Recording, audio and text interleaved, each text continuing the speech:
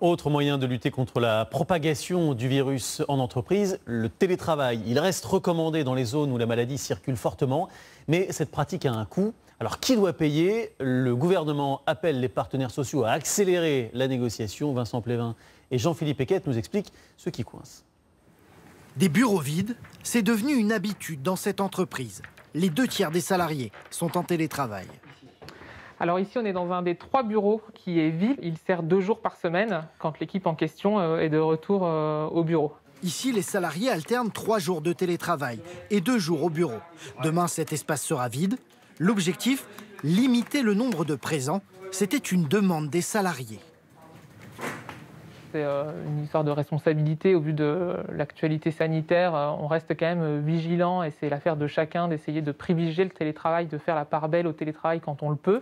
Une organisation facile dans cette start-up, mais pas pour tous les métiers.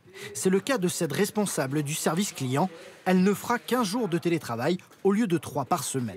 On peut avoir des situations d'urgence avec des clientes ou des problèmes. Il faut être extrêmement réactif. On a les réponses plus rapidement quand son collègue est à côté de soi et du coup ça fluidifie beaucoup la communication. Le télétravail pose la question des compensations. Pour ce jeune salarié, le télétravail est devenu son quotidien et sa chambre, son lieu de travail. On a tous reçu un ordinateur portable qui nous permet de pouvoir faire nos tâches quotidiennes, un casque, très important aussi, pour pouvoir justement être aussi à l'aise dans les manipulations au quotidien. Ainsi qu'une prime de 200 € pour s'équiper. Valentin s'est commandé une nouvelle chaise pour être plus à l'aise. Son entreprise se montre d'autant plus généreuse qu'elle fait des économies de loyer.